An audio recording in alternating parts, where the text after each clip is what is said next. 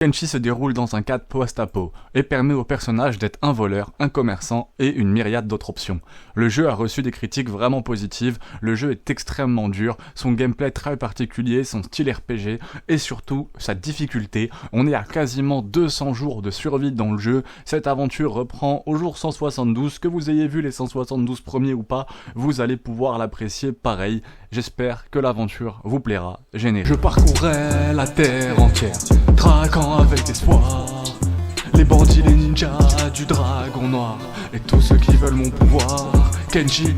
Après toutes les dernières péripéties, on a mis un petit peu de temps à se sauver, se soigner et essayer de vendre le hashish qu'on avait récupéré en trop pour se faire un petit peu d'argent. Tout va pour le mieux. Il est désormais temps de quitter Gris-sur-Noir après avoir pris ce qu'on pouvait prendre. On s'enfuit directement, il y a un petit village juste au-dessus avant d'arriver à Eng et si on allait voir ce qui se passait. Vous connaissez Kenshi, rien ne se passe jamais comme prévu. En haut de la montagne, on est censé arriver justement au petit village que dans le gouffre, certaines personnes sont en train de s'insulter, ça se bagarre, nos mercenaires ne peuvent pas résister à l'appel du combat, on va donc aller se bagarrer. Heureusement ils ont pas la puissance des becs pointus, on est en surnombre par rapport à eux, mes mercenaires chasseurs de tech n'en font qu'une bouchée, Pia aussi est de plus en plus impressionnante, Cyberbip fait de plus en plus de dégâts aussi, tout se passe bien. Un seul ravageur pose un tout petit peu problème, c'est un ravageur hyper blindé, heureusement on arrive quand même à lui tomber dessus, mais il était beaucoup plus résistant que les autres. Il finit par tomber de lui-même, c'est assez hilarant. À peine fini qu'un groupe de pillards arrive. Heureusement, Stone et Wei arrivent à les dégommer à distance avec leur nouvelle super arme messager vraiment très puissant. Arme de catégorie spécialiste forgée par les meilleurs forgerons de Katoon. On arrive enfin à ce petit village des Nations Unies et on n'a pas encore eu l'occasion d'explorer le désert. Honnêtement, ça a l'air hyper dangereux de dire que certains commencent leur partie là-bas. On arrive au petit village des Nations Unies, l'histoire de se reposer un peu et de continuer la route. Si vous vous demandez pourquoi les gardes nous parlent de notre odeur dégueulasse, c'est qu'on a un artefact très particulier, la tête du roi poisson, qu'on a récupéré juste avant. On récupère toujours plus de cartes aussi, comme ça j'ai un maximum de ruines indiquées sur la carte qui vont me permettre de récupérer du stuff de haute qualité. Pas de mercenaires dans ce petit bar de village. Seulement un sans-ruche qui est prêt à s'enfuir pour 2000 $ et un petit vagabond. On va repartir uniquement avec un petit chat en plus, de toute façon on est déjà quasiment au complet, il reste qu'une place dans l'équipe. Bon, dans Kenshi les décès peuvent arriver beaucoup plus vite qu'on ne le pense. Toute la Dream Team continue donc son ascension vers le désert, vers la ville de Eng, lorsque soudain une vision d'horreur, des becs pointus, des Etrippers, vraiment beaucoup. Train de se battre contre la guilde des marchands. On hésite un petit peu, je vois que mes mercenaires rentrent dans l'eau. On n'a qu'une vie, écoute, faut y aller, on va aller régler leur compte à cette tanière des trippers, il y a même leurs œufs un peu plus loin. Le carnage est immense. Ils ont tué une bonne partie des animaux que possédait la guilde des marchands, énormément de blessés des deux camps, mais le temps qu'on rentre dedans, il reste plus tant des trippers que ça, c'est parfait, ils sont que 6 ou 7, on va pouvoir les rouler dessus les uns après les autres et ramasser tout ce stuff. D'ailleurs, un peu involontairement, j'ai cliqué sur le stuff justement d'une des bêtes de somme, en fait de la guilde des marchands, qui était vraiment bien équipée. En plus, il y en a 3, je suis désolé la guilde des marchands, surtout avec ce qui va se passer après, mais en attendant là je vais tout vous voler. Le combat contre les Etrippers n'était quand même pas si anodin, on va aller faire un petit tour à un market qui se trouve sur la route avant d'aller à Eng. Je pensais que les vendeurs d'esclaves me tireraient directement dessus, visiblement non, ils sont peut-être moins agressifs que ceux du sud ou peut-être que leur envie meurtrière est passée. Je tombe dans le piège d'un des piliers de bar, qui me propose de racheter son esclave pour 1000 $, étant donné que ça me fait toujours un peu de peine de voir tous ces gens en cage, je voulais lui racheter pour qu'il puisse s'en aller avec nous, sauf qu'il me vend rien, et qu'en plus ma relation avec les vendeurs a baissé. Juste devant le market, une bagarre explose entre les vendeurs d'esclaves et une espèce de nouveau type de bandit, les bandits paille, ou les bandits herbes plutôt, et on va réussir à capturer le lieutenant de paille. Les pirates herbes, le lieutenant de paille, est-ce que ça serait une référence à One Piece? Je pense pas, mais j'ai acheté un vagabond du nom de Flic et je voulais le revendre en esclave afin de voir ce qu'il se passe. Sauf qu'en cliquant un petit peu vite, j'avais la prime sur moi du lieutenant que je comptais amener aux Nations Unies, en cliquant un petit peu vite, le vendeur d'esclaves a récupéré le lieutenant, et ça je pensais pas que c'était possible, il est parti l'enfermer dans une cage. Ça signifie que si je ramasse quelqu'un qui est KO, ou par exemple quand je me bats contre des bandits, je pourrais théoriquement les ramasser et aller les revendre aux vendeurs d'esclaves, mais c'est une possibilité que j'avais même pas envisagée je pense. D'ailleurs c'est bien trop horrible et en plus pas du tout rentable. Je vends donc Flic, et du coup il est enfermé dans cette cage, mais il fait toujours partie de mon escouade. On viendra peut-être le libérer plus tard, ou on verra ce que ça donne, ça peut être un fil rouge intéressant, dédicace au Slave Captor. En attendant, on peut reprendre tranquillement notre petite route dans le désert pour aller rejoindre la bonne vieille ville de Heng. On continue notre aventure et forcément on se fait agresser sur la route par une équipe de chiens durs, et la nostalgie quand tu nous tiens. Je me rappelle m'être fait agresser par une équipe de chiens durs, j'avais une vingtaine de personnes dans mon escouade et on avait perdu, alors que là avec mes 10 soldats ça va être un combat d'une facilité déconcertante. Kenshi a beau être relativement moche, déjà sachez que certains modes existent pour le rendre vraiment beau, mais malgré ça la qualité vraiment des différentes zones, des différents biomes du jeu, là avec le biome un peu glace à droite justement du désert, on va s'y rendre après, mais tous les différents biomes sont quand même extrêmement bien beaux et distincts. On arrive à Heng et cette ville est aussi particulière que la plupart des villes qu'on a pu voir avant. Non seulement il y a deux factions principales, la guilde des marchands qui a son espèce de ville dans la ville sur la droite, qui a carrément son propre nom, et toute la ville qui est contrôlée par les Nations Unies. Il y a même mes voleurs shinobi à gauche qui sont placés là. Le bâtiment principal de la guilde des marchands, le QG de leur faction, est apparemment ici. Je décide donc de rentrer dedans et d'essayer d'aller parler avec leur chef, comme j'ai pu parler avec le chef de la nation Shek par exemple. Je vois personne sur le trône, mais je vois quelqu'un au tout dernier étage avec qui je peux communiquer, la suite de dialogue est vraiment excellente. Je vous présente donc Yamda, ce noble seigneur suprême, qui s'occupe apparemment des affaires de Maître Longen. Ça doit être visiblement le boss de la Nations Unies, ce Maître Longen. Je discute un petit peu avec lui et j'apprends que je peux faire une alliance avec la guilde des marchands pour 100 000. Lorsqu'il apprend que j'ai un avant-poste, il me fait une réduction à 75 000. Ça me paraît quand même très cher pour rejoindre leur groupe, mais ça a l'air quand même vraiment intéressant, puis ça me fera toujours quelques alliés en plus. Le pire, c'est quand on commence à lui parler de guerre. Il me donne des astuces pour tuer la nation sacrée, astuces en plus qui sont vraiment horribles, qui consistent à tuer le chef de la nation Shek, enfin la chef de la nation Shek, afin que les guerriers Shek aillent envahir la nation sacrée. Il veut pas tuer les marécageurs par contre, qui sont mes plus grands ennemis, mais apparemment il s'entend bien avec eux, et puis sa vision vraiment sur les esclaves, sur les anti-esclavagistes est vraiment impressionnante. En fait c'est quelqu'un qui pense uniquement au profit. Et faut dire que sa vision du monde est pas stupide. En massacrant les Sheks, la nation sacrée, les Nations Unies pourraient faire énormément d'argent, et puis ça éviterait que les Sheks et que la nation sacrée attaquent justement tous ceux qui sont différents d'eux. Tout le monde y gagnerait, c'est pas stupide. Il considère les anti-esclavagistes, comme les Slave Captors, comme étant contre la productivité justement. Et apparemment on sera bien récompensé si on arrive à éliminer un mec qui s'appelle Point de Fer dans la zone interdite. Le jeu est d'une profondeur et d'un lore comme peu de jeux ont su être capables de le faire. Il y a vraiment toute cette histoire de conflit géopolitique qui est extrêmement intéressante et toutes les conséquences bien sûr qui vont en découler. Pour l'instant avec Pia, on s'occupe comme on peut autour de la ville, on kidnappe quelques mecs qu'on livre justement à la guilde des marchands et puis on se prépare pour repartir pour de belles aventures. Les marchands d'esclaves n'ont vraiment pas d'âme. Quand ils t'enferment dans la cage, ils te disent bienvenue dans l'esclavagisme. Kenji! Je réunis donc mes meilleurs soldats pour aller effectuer une prise d'otage. Il y a un mec un peu perché, tout seul, justement dans un camp désertique, dans la zone un peu plus de glace où on n'est pas assez de vent. Il est temps d'aller le sortir de là, il a 15 000 de prime. Je comprends aussi mieux les propos d'un des chefs des Nations Unies.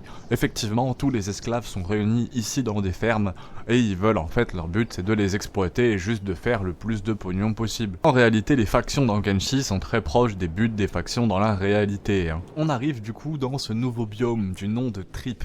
Et c'est un biome qui a l'air littéralement extrêmement dangereux. Il y a en fait des groupes de becs pointus, des trippers vraiment partout, alors même si ramasser leurs œufs est intéressant financièrement, ils sont quand même extrêmement dangereux.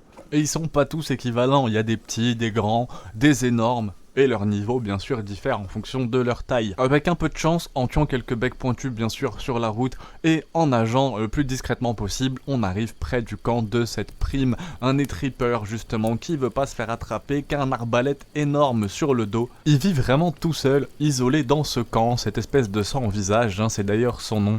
Qu'est-ce qu'il fait là tout seul? Écoute, je vais pas pouvoir te laisser là, t'as une prime assez intéressante, je suis désolé, mais on va te ramener à la police. De surcroît, autour de toi, il y a plein de petits becs pointus, des trippers justement, qui sont tout autour de lui et qui ne l'attaquent pas. Hein. Les PNJ, bien sûr, ne vont pas s'attaquer entre eux. Enfin, d'habitude, ils s'attaquent entre eux, là, je pense que c'est vraiment prévu pour, afin que la prime reste là, c'est un ennemi vraiment scripté par le jeu.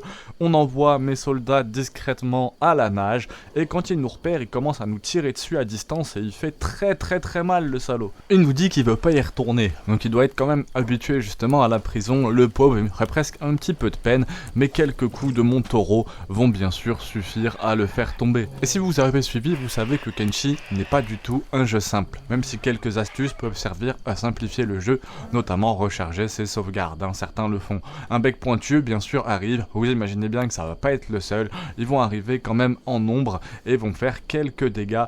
Malgré mon talent indéniable, j'ai quand même eu une certaine part de chance, ils sont arrivés un par un et pas tous en même temps parce qu'une seule de leurs attaques fait des dégâts à 2 à 3 de mes personnages. Donc ils sont vraiment très douloureux. Heureusement Stone arrive à nous défendre en utilisant la même technique que celui qui avait la prime là, le sans visage. Bien évidemment je le dépouille, hors de question de lui laisser ses armes et ses petits morceaux de viande. D'ailleurs, le jeu a complètement changé. C'est plus Kenshi, c'est Metal Gear Solid. Je passe mon temps à esquiver les étripeurs dans l'eau, par chance vraiment presque miracle, et ils ne nous attaquent pas comme si on était la cible. Peut-être parce qu'on l'a sur nous d'ailleurs. Bien évidemment, un voyage qui se déroule sans accroc n'est pas un voyage dans Kenshi. On se fait du coup attaquer par un espèce de groupe de chasseurs d'esclaves ou de chasseurs d'hommes, je sais pas exactement. En tout cas, ils sont pas très forts. Du coup, je continue à avancer lorsqu'un deuxième groupe arrive. Et les groupes peuvent s'entretuer entre eux dans Kenshi. C'est exactement ce qui va se passer, ils vont s'entretuer. Je peux pas les laisser se battre comme ça, je suis un peu plus fort. Il est l'heure de les réguler et d'éliminer tout le monde.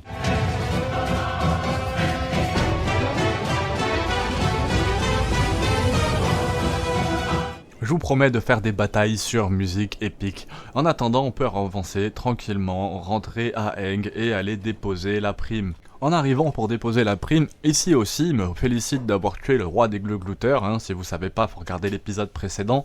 On me félicite, mais je peux pas lui donner la prime. Je vais donc déposer la tête des glouglouteurs dans mon inventaire, et lui aussi me recommande d'aller la donner à un collectionneur de trophées, qui apparemment sera l'apprécier. Faut vraiment que je trouve ce personnage. Au camp, tout se passe bien. Un personnage fait des allers-retours pour aller acheter de la nourriture, et ils attendent impatiemment le retour de toute l'équipe. D'ailleurs, Pia n'a pas oublié ses réflexes de voleuse, et là je vous donne un petit hack. Si vous voulez être complètement invisible, bon bien sûr faut être furtif, avoir une grosse compétence de vol, mais en se cachant comme ça derrière un mur, j'arrive à voler aussi bien les coffres que les coffres forts les plus rares. En se cachant derrière le mur, théoriquement je suis quasiment invisible et ça va me permettre de dépouiller ce bar des Nations Unies. Enfin bref, provision faite par le vol, surplus vendu à mes associés les voleurs shinobi, on peut reprendre cette traversée du désert afin de continuer à explorer cette partie que je ne connais pas encore dans Kenshi et on s'éloigne un petit peu de la ville de Eng. Nouvel animal ajouté au bestiaire, les écumeurs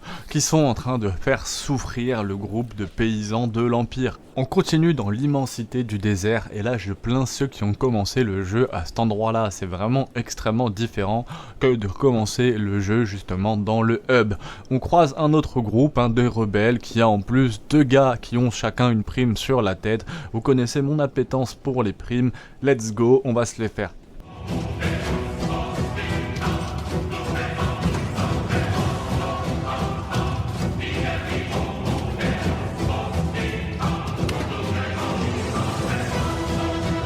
Ils étaient éclatés au sol, on repart tranquillement avec nos 2 petites primes sur les épaules. Au milieu de la tempête de sable, on commence à apercevoir une des prochaines villes du désert justement et je me demande quelles sont toutes les surprises que nous réserve ce désert. Je dépose les 2 primes et honnêtement c'est plus pour primer parce que ça rapporte pas beaucoup de sous. J'hésite entre continuer à droite et explorer les prochaines villes des Nations Unies du désert, peut-être qu'on y trouvera des choses folles. Il y a l'air d'avoir du loot de ouf en haut, mais notamment s'il y a du loot, il y a souvent des dangers. Ou est-ce qu'on rentrerait pas déjà au camp, l'histoire de voir tout ce qu'on a accompli.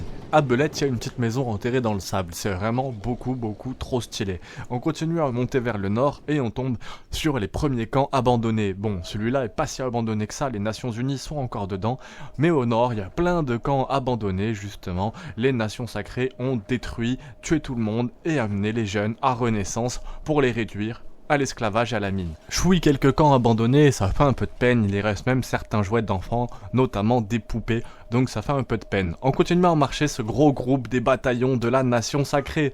Un peu plus loin, un gros groupe bataillon de la Nations Unies. Les deux commencent à se regarder et se rentrent dedans. Je me pose un petit peu à côté, juste en périphérie, et puis j'observe le carnage entre les deux camps. La Nation Sacrée et la Nations Unies s'attaquent à vue. Le combat vraiment sanglant et assez surprenant aussi. Là où les Nations Unies se battent quand même avec de longues lances plutôt, et disposent d'un peu toutes les races, des hommes ruches, des humains, les Nations Sacrées c'est vraiment que des paladins qui sont très très forts et plein de petites sentinelles qui se battent à moitié torse nu avec des vieilles épées. Combat fini, je m'en suis pas mêlé, je les ai laissés s'entretuer. Combat fini et remporté par les Nations Unies, qui sont vraiment très forts, les Nations Unies, les États-Unis en plus, qui sont un peu le pays de la liberté, donc à Inchi, je pense qu'il y a un vrai message politique sous-entendu derrière tout ça. Je continue et j'arrive au bastion, qui appartient aux chasseurs de cannibales, et contre quelques sous, on peut avoir des chasseurs de cannibales qui nous accompagnent pour aller tuer des cannibales dans les plaines. Bon, là je vais juste explorer une tour et le nord, mais ça tombe pas dans l'oreille d'un sourd. Je continue l'exploration et je tombe nez à nez avec ce fort. Qu'est-ce que c'est que ce fort ? C'est le fort Simeon, qui appartient apparemment à une armée de fermiers rebelles. Ils sont quand même 43. Je m'approche discrètement de leur camp et les 3 gardes m'attaquent, donc je me fais les 3 gardes. Je décide de rentrer dans le camp, on va faire un petit détour et on va raser tout ça.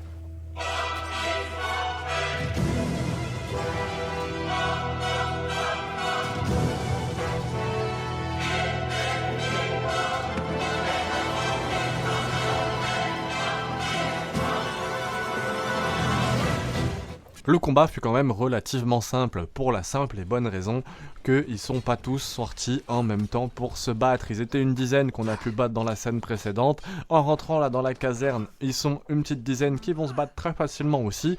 Je récupère tout le loot, même s'il n'est pas formidable, ça reste du loot intéressant, un peu de nourriture, un peu de livres, quelques armes, donc ça fait plaisir, et surtout 4 à 5 soldats qui ont des primes sur la tête allant de 2 à 4000. J'essaye d'en soigner quelques-uns pour toucher la prime entière, on touche que la moitié si on ramène la prime décédée.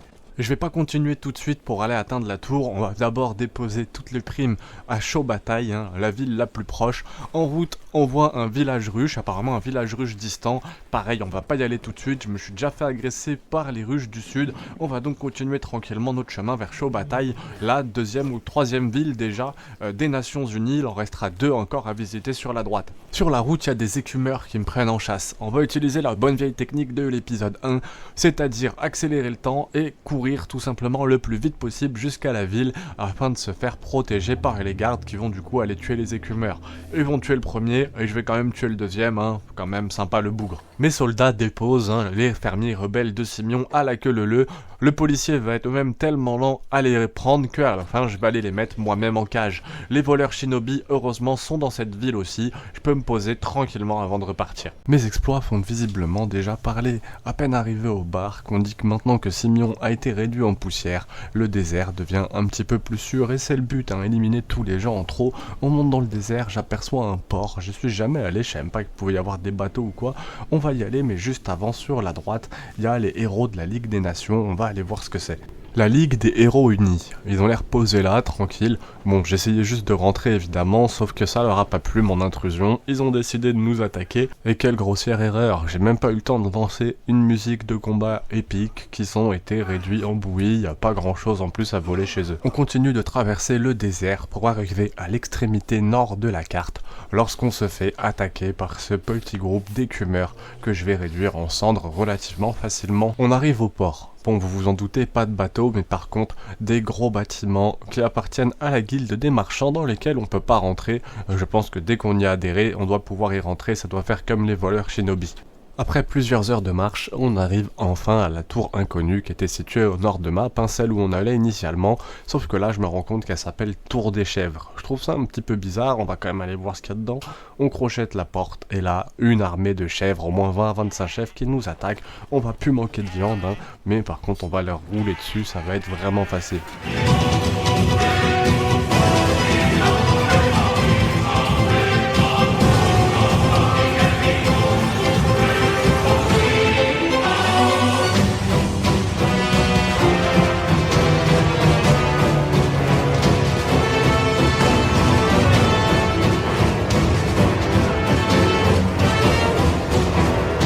En vrai, il y avait quasiment rien, que des vieux livres usés, comme si les chèvres avaient mangé les vieux livres de science. Il y en avait quand même un. Par contre, on a les sacs à dos remplis de viande crue et de peau de bête. Ça, c'est pas si mal parce qu'on va retourner au camp tranquille. Sur la route, je trouve une petite bibliothèque perdue. Ces choses-là sont quand même bien utiles. Entre le nombre de livres qu'on peut récupérer, on peut aussi récupérer des cartes qui me marquent quelques avant-postes et prochains lieux d'intérêt, comme ce labo croulant par exemple. N'oubliez pas qu'avec nous, on a John le Croulant, qu'on a récupéré dans l'épisode 3, si je dis pas de bêtises, en même temps que Bip. On continue notre route jusqu'à chez nous lorsque je tombe sur ce petit village.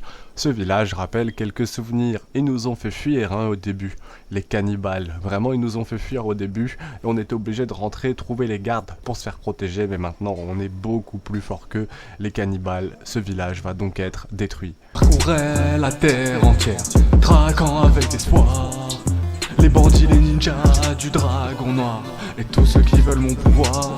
Kenji. Le combat fut réglé en 4ème vitesse et j'ai même pas pris le temps de ramasser tout leur loot étant donné que mes équipements, tous mes sacs à dos, mes bêtes sont complètement pleins. On continue à avancer et la nation sacrée nous attaque désormais à vue. Non seulement j'ai Pia qui a une prime de quand même 10 000 à leur nom, et en plus ils attaquent aussi Sadney, c'est un squelette et ils détestent ça. Heureusement maintenant on est tellement fort qu'on arrive à vaincre des bataillons de la nation sacrée. Cette vidéo c'est un peu l'aboutissement des 5 premières où j'ai vraiment galéré. On commence à se retourner et on arrive dans les conflits géopolitiques, on va arriver dans la partie vraiment très sérieuse de Kenshi. Se balader dans les terres de la nation sacrée devient de plus en plus compliqué, ils nous attaquent vraiment à l'œil. Ils ont bien blessé tout le monde, pour rentrer va falloir jouer en mode Metal Gear Solid en esquivant les bataillons de la nation sacrée. D'ailleurs, sur 23 votes, 65% d'entre vous attaquent la nation sacrée dans Kenshi, tandis que 17% attaquent littéralement tout le monde, et qu'une bonne partie n'attaque pas forcément la Nations Unies ou les Sheiks, donc c'est un choix littéralement personnel. Les Slave Captors, eux par exemple, attaquent uniquement les vendeurs d'esclaves, et les nations sacrées, les Nations Unies, c'est-à-dire les nations qui utilisent l'esclavagisme. Pour ma part, j'ai un peu respecté le principe vanille un peu du jeu, j'ai l'impression, en attaquant d'abord tous ceux qui nous agressent tout simplement, et en rentrant dans les conflits géopolitiques un petit peu plus tard. D'abord on va aller faire quelques boss comme le Bugmaster je pense. Ça doit être le 4ème au moins de groupe de la nation sacrée bataillon que je fais tomber relativement facilement et enfin au loin j'aperçois mon avant-poste, ça fait plaisir, ça faisait si longtemps qu'on n'était pas rentré à la maison. Tout le monde a bien mérité un peu de repos et on a ramassé tellement de livres qu'on va enfin pouvoir lancer la fabrication pour passer à la période 4, l'établi de recherche de niveau 4. Des collecteurs de pluie sont placés sur les toits, des travaux sont également lancés pour une grande tour de guet qui va sans doute accueillir l'établi de recherche de niveau 4. Rien qu'en faisant un peu de rangement, on regarde les stocks et c'est impressionnant. Des stocks de nourriture pour tenir plusieurs jours et beaucoup d'argent. Juste en revendant un tout petit peu de produits, j'aurais pu récupérer presque 70 000. On est au jour 185, probablement autant d'heures de jeu. J'ai l'impression d'être environ à 50% du jeu, c'est assez dur à juger. Les prochains épisodes, vous le savez, la cadence des prochains épisodes va vraiment dépendre de la quantité de dons que vous faites sur la chaîne. Désolé de faire ce petit appel aux dons, mais ça va vraiment aider à produire les prochains épisodes. Sar, quel plaisir de voir cette automatisation. Mes soldats sont de plus en plus productifs par eux-mêmes, autonomes, et on arrive enfin à mieux comprendre cette partie gestion pour avoir notre propre nourriture. La tour de guet avance très bien également et on commence à construire nos premiers fûts à grog, notre première machine à grog afin de produire notre propre alcool. Maintenant des mercenaires se baladent littéralement dans mon camp. Je les recrute et je les amène avec moi afin d'aller faire des petits tours et là je tombe sur le gang des crânes. Pourtant je les avais éradiqués à l'épisode 1, Tora l'intrépide, pourtant j'allais dire Dora l'exploratrice mais non c'est Tora l'intrépide et pourtant je l'avais déjà enfermée, mise en prison si je dis pas de bêtises. Faut croire qu'elle en est sortie, et bah écoute, c'est le moment d'y retourner. Bah dis donc, elle est vraiment résistante, elle me rappelle que je fais pas du tout le poids face au meilleur boss encore du jeu ou pour aller attaquer une faction entière. Je pense ça va être assez compliqué. En tout cas, on peut reprendre le chemin et j'avais jamais vraiment admiré l'arrivée à Baroud avec les deux villes l'une en face de l'autre, c'est un très beau paysage. Je continue pour aller voir le Bugmaster et je tombe sur un chasseur de primes. Il me dit que lui aussi il recherche le maître des insectes. Soit je suis quelqu'un qui a rien à perdre, soit je suis quelqu'un qui a tout à gagner. Et quand je lui dis que je suis juste là pour m'amuser, il dit que je suis complètement cinglé. Le maître des insectes est surhumain et surtout il a une armée d'insectes, apparemment c'est l'élu. Quand je lui dis que je suis l'élu, et ben il a déjà vu 4 ou 5 élus dans la semaine. Je comprends vite ce qu'il veut dire par rapport à la puissance du maître des insectes. J'avoue que je me sentais vraiment puissant, vraiment en confiance au vu des derniers événements, je pensais pouvoir assez facilement le battre. Et non, rien que ce petit groupe d'araignées me fait tellement de dégâts, j'ai encore besoin de level up un peu avant de pouvoir enfin attaquer le Bugmaster. J'explore quelques zones alentours, comme le complexe atelier qui est juste ici, et je pensais qu'il n'y avait rien du tout, mais là en regardant la vidéo, je me dis que j'aurais peut-être pu essayer d'envoyer quelqu'un là-haut des marches, afin de peut-être trouver du loot important, parce qu'on y est passé, j'ai rien trouvé du tout, mais j'ai peut-être sûrement pas bien cherché. Puis l'exploration de cette zone n'est pas du tout simple. Non seulement les zones comme le cratère sont un peu horribles au niveau de la caméra, ça c'est sûr, et en plus on se fait régulièrement attaquer comme là par des becs pointus ou des araignées chauves, donc on peut même pas non plus se balader tranquille, c'est assez compliqué. Bien évidemment, les quelques dernières minutes que vous venez de voir sont le résumé de plusieurs heures de jeu bien sûr. On rentre tranquillement à la base. Prochaine étape, peut-être aller explorer les labos croulants avec John le Croulant, voir s'il y a un easter egg ou quelque chose en particulier. Ma tour de guet et mon atelier de recherche de niveau 4 sont enfin construits et on a tellement récolté de loot au fil de ces aventures que j'ai même de quoi lancer tout de suite la recherche pour faire l'atelier de niveau 5. C'est parti, je le lance directement. C'est vrai qu'on est vraiment sorti de l'urgence des débuts, surtout dans Kenshi. On a de la nourriture désormais au camp, de l'argent, et on commence à comprendre vraiment bien le jeu. Le seul truc, c'est que si on attaque une faction majeure, eh ben ils peuvent attaquer notre avant-poste et vraiment nous réduire en bouillie. Et encore, parce que si je mets des arbalètes partout et que j'essaye vraiment de bien protéger tout le monde, j'ai une vingtaine de soldats, une trentaine même, et la trentaine de soldats pourrait quand même défendre de grosses attaques, je pense. Je place l'atelier de recherche de niveau 5 dans ma tour de guet, je crée une petite équipe pour justement pouvoir partir en expédition, ça sera sûrement la dernière du jour 200, si t'es encore là, merci beaucoup, parce qu'il n'y a plus beaucoup de monde souvent à ce niveau de watch time, franchement on regarde parce que la suite va être vraiment très importante, sachez que juste ce qui va suivre après ça. J'ai commencé à peut-être 10h, 11h, là il est 17h, j'ai encore au moins 2-3 heures de montage. Honnêtement c'est un 10h, 22h quasiment, c'est n'importe quoi. Mais merci à tous, j'ai pris beaucoup de plaisir à faire cette vidéo.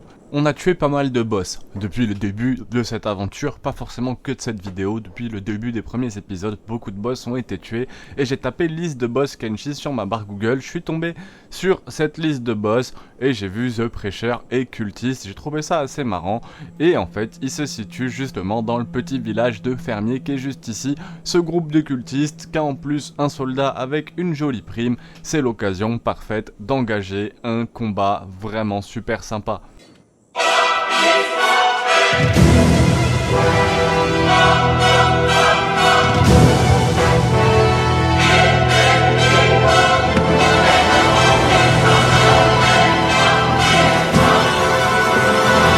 Chose assez rare pour le souligner, pour une fois, je suis un peu plus haut level que le donjon justement. Pia vient vraiment de taper cette prime, hein, le prédicateur, qui a une arme très haut level sur lui, donc très intéressant.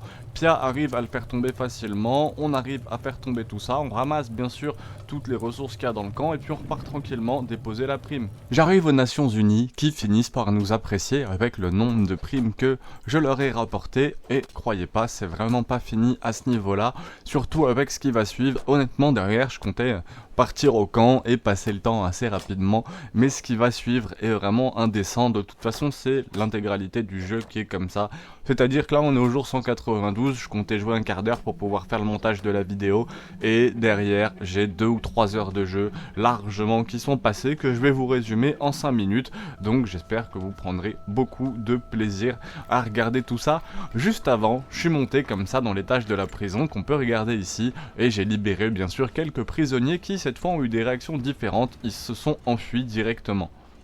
Comme je vous disais, je comptais finir la vidéo sur un temps calme justement en vous montrant tout simplement le camp. Sauf que quand je suis passé à côté de cette vieille ruine, hein, avec le même bâtiment que celui qui contenait le gorille blanc, j'ai été obligé de passer et d'aller voir dedans. D'ailleurs, hier j'ai sorti mon premier let's play sur Project Zomboid et je me suis rendu compte à quel point c'était compliqué de faire des vidéos sur Kenshi. Alors vraiment, donnez de la force à mes vidéos sur Kenshi, même si vous laissez buzzer bider plutôt le projet sur Project Zomboid. Je dis pas que c'est plus simple, hein, mais sur Project Zomboid, on joue des journées. Donc en fait, c'est vraiment facile de vous résumer la vie d'un partenaire. Sur Kenshi, il se passe tellement de choses tout le temps que vous faire une vidéo compacte comme celle-là, intéressante avec le montage, ça a été des heures et des heures de travail. Là où j'ai pu réaliser la vidéo de Project Zomboid en une journée, tout simplement, la seule qui est sortie pour l'instant. Bien sûr que je vais en faire d'autres, mais là sur Kenshi, c'est vraiment des dizaines et des dizaines de jours de travail pour la réalisation de chaque vidéo. D'ailleurs, soit vous regardez l'épisode 6, soit vous regardez la compilation avec les 6 épisodes justement, et là vous en êtes à déjà 2h30 de vidéo quasiment, peut-être pour arriver au jour 200. Est-ce qu'on va continuer? Je vais forcément continuer du jour 200 au jour 300, dès que je pourrai, dès que j'aurai les moyens financiers et le temps aussi. Ça, les moyens financiers, vous pouvez m'aider, j'en ai déjà parlé. Mais dès que j'aurai le temps, bien sûr que je vais continuer du jour 200 au jour 300, peut-être 10 jours par 10 jours, du jour 200 au 210, du jour 210 au 220. Ça me paraîtrait pas trop mal. À vous de me dire ce que vous en pensez en commentaire.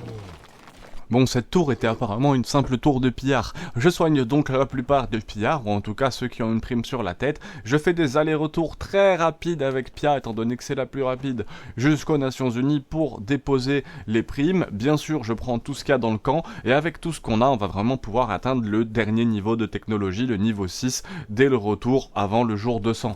Déjà après tout ça, dites-vous que je suis à 2 ou 3 heures de jeu, et qu'honnêtement, je suis complètement lessivé, rincé par le jeu en lui-même, j'en peux complètement plus, pas parce que je ne l'aime pas, je trouve le jeu vraiment incroyable, mais parce que en fait le jeu est vraiment épuisant en termes de ressources, hein. Ça demande de réfléchir en permanence, de savoir ce qu'on fait, surtout pour pas perdre l'intégralité de nos personnages qui peuvent mourir à une vitesse vraiment grand V, incroyable. Je passe à côté d'une deuxième tour, qui cette fois est juste en ruine, donc je l'esquipe, et une troisième tour, justement comme là, qui est cette fois remplie de dizaines et de dizaines de squelettes, dont un maître aussi des squelettes, un maître des pantins. Bien sûr, sa prime est importante, hein, donc il va aller rejoindre aussi la prison des Nations Unies. Ça va être le troisième, hein, juste là en quelques temps, parce qu'on a mis le cultiste, on a mis ensuite la tête des trippers, et là ce troisième ponk, un maître squelette qui va être réduit en cendres. Comme vous pouvez le voir et l'entendre avec tous ces coups d'épée, ce fou est quand même en réalité relativement dangereux. Bien sûr, il va finir sur l'épaule, un petit aller-retour avec Pia, ça va très très vite pour le déposer, bien sûr, à la police. On a déjà vu plein de fois comment déposer les primes, donc c'est quelque chose que je vous épargne. Je fais ces petits allers-retours, bien sûr, je soigne tout le monde, et en revenant, franchement, je me dis à quel point ils sont vicieux, hein, ce jeu, parce que faut vraiment bien regarder tout, même les petits coffres qui sont là, qui en fait peuvent s'ouvrir aussi, donc faut vraiment y penser. Sinon vous risquez vraiment de rater en fait des trésors assez importants pour la suite. Mais qui c'est qui a enfermé là? Il y a un robot un peu particulier du nom d'Agnou. Et robot un peu particulier, hein, qui est très différent de Satney au niveau de l'esthétique. Mais bon, en plus dès que je crochette la cage, il rejoint automatiquement mon équipe. Bienvenue parmi nous. Il y avait ce maître des pantins, je ne sais pas où il était. Certains soldats des factions peuvent aller se balader, donc ça se trouve il vient juste en fait de rentrer chez lui, il découvre tout le monde massacré. Par contre il a fait beaucoup de dégâts, j'ai eu un peu de mal quand même à m'en remettre, en plus derrière je me fais flasher par ce fameux laser. Donc le temps que tout le monde se soigne, Pia va aller déposer la prime et on repart avec une équipe qui est très très lente. Tellement lente d'ailleurs que, un peu par oubli de ma part, négligence, mais en même temps à cause de tous les dégâts aussi qu'on a subis sur la route, un événement dramatique arrive. Vous le voyez dans les bras de Satney, vous voyez qu'il n'apparaît plus dans les squads. C'est honnêtement, pour moi, ma plus grande déception. Arrivé au jour 200, j'aurais aimé qu'il soit là. Malheureusement, Bip n'est plus. J'arrive même pas à le laisser, franchement, je suis vraiment profondément touché. Bip nous a suivis tout le long de cette aventure. Là il est dans les bras de Satney, malheureusement on va le déposer au camp, à part le mettre en cage, je sais pas ce qu'on peut faire, je sais même pas s'il va tenir. C'est un peu dommage, il a pas résisté à cette attaque du maître des pantins. On arrive au camp mais on n'est même pas heureux, à part mettre Bip dans une cage, pour espérer qu'il ne disparaisse pas. Même s'il n'existe pas de moyen de résurrection ou de choses comme ça dans le jeu, c'est dommage. Avec tous ces dialogues uniques et peut-être qu'il y avait aussi des quêtes en fait uniques. Malheureusement, je ne le saurai jamais, donc n'hésitez pas à en parler en commentaire, parce que même si je risque de continuer du jour 200 au 300, c'est quand même très peu probable que je relance une game et que j'aille re-sauver Bip dans Hybrid une deuxième fois. Peut-être, c'est pas impossible. En tout cas, je regarde justement mes ateliers de recherche, et l'atelier de recherche de niveau 6, hein, le dernier, va être construit justement sur le toit de cette tour de guet. On est au jour 199, 17h26, dans quelques secondes justement, on va passer au jour 200. C'est vraiment presque de l'émotion, honnêtement, je suis ému premier degré. Déjà, merci pour toute la force que vous avez donnée dans le premier épisode d'élu, de vagabond à élu justement dans Kenshi, parce que sans cette force que vous m'avez donnée, vous avez fait, même si c'est que 1000 vues, ça a fait 1000 vues assez rapidement au premier épisode, puis ça m'a donné envie de faire un deuxième, un troisième, un quatrième, un cinquième, qui n'ont quasiment pas marché. Là on est au 6ème, la maison, enfin très content d'avoir enfin ma maison bar à côté de ma ressource de fer, ça c'est très très cool. Donc enfin ce 6ème épisode ou cette grosse vidéo de 3 heures justement du jour 0 au jour 200, peu importe comment vous la regarderez. N'hésitez pas à en parler en commentaire, je suis très ouvert si jamais il y a des choses encore à faire, un camp que vous aimeriez bien que j'aille massacrer dans le jeu ou quoi que ce soit, juste pour vous montrer ma base par exemple, ou peu importe, en tout cas faire des tutos peut-être aussi, si vous avez la moindre demande. J'ai fait plein de tutos sur Fear and Hunger, je pourrais faire tout ce qu'il y a besoin sur Kenshi, si besoin bien sûr, hein. Dans tous les cas, moi je vais les continuer uniquement par passion, voilà, en fonction de ce qui me passe par la tête, parce qu'il y a quand même beaucoup de tutos sur Kenshi, donc c'est pour ça que je préférais partir sur un let's play plutôt narratif. Je vous raconte un petit peu ma vie, mais c'est la fin quasiment. Là on est presque au jour 200, tout est construit, tout est beau, ça fait plaisir. On arrive enfin presque à une autonomie en nourriture. C'est pas encore le cas parce que là tout le monde travaille pas, mais si je fais bosser tout le monde, je pense qu'on peut arriver sur une autonomie en nourriture. Ça sera peut-être les prochaines vidéos, soit plus chill, soit on ira tabasser des gens. Vraiment je verrai, ça va vraiment dépendre de vous. Ils sont encore 27 dans les squads, hein, donc il y a encore du petit monde. Vraiment merci beaucoup quand même déjà pour la force sur le premier épisode. J'espère que vous en verrez de la force comme ça sur les prochains. Sur Project Zomboid, bon il est sorti hier, malheureusement ça n'a pas l'air de vous plaire. C'était mes 4 premiers personnages, j'en referai d'autres. En tout cas j'ai adoré Project Zomboid au même titre que j'adore vraiment Kenshi. Ces 200 jours, c'est incroyable. Je pense qu'honnêtement, c'est 200 heures de jeu, mais plus. J'ai commencé, on devait être le 5 août, là on est le 22 septembre. Hein. Donc ça va faire 60 jours que je fais quasiment rien à part jouer 7 heures par jour à Kenshi, donc 35 heures plus que ça ferait du 50 heures par semaine. Donc j'ai dû mettre 200 heures là dans le jeu, facilement, dans le mois, plus 200 heures de montage pour la réalisation de ces vidéos. Donc voilà. Je fais pas ça pour obtenir quelque chose, hein, c'est juste pour vous en informer, parce que je pensais pas que ça serait aussi long après m'être lancé là-dedans. Je suis très content de m'être lancé là-dedans, je suis très content que ça finisse, je suis très content que ça continue aussi potentiellement. À voir. Maintenant, il faut que je retourne malheureusement dans le monde IRL, entre guillemets, aller chercher un travail, etc. Parce que ça paye pas le loyer, même si en tout cas j'ai pris tellement de plaisir à faire le youtubeur sur cette chaîne, à vous présenter 2 vidéos par jour. J'ai fait des dizaines de tests sur cette chaîne. Il y a vraiment beaucoup de choses qui ont été faites avec passion et avec amour. Peu de chance que vous soyez encore là, il reste quelques secondes, j'ai encore 18 secondes à m'exprimer devant vous. Regardez une dernière fois toute cette petite base. De toute façon, c'est juste un au revoir, c'est pas un adieu. À très vite en tout cas, moi il y a plein de vidéos sur ma chaîne, il y en a d'autres qui vont sortir dès demain. Force à tous, abonne-toi, pouce bleu et à très vite.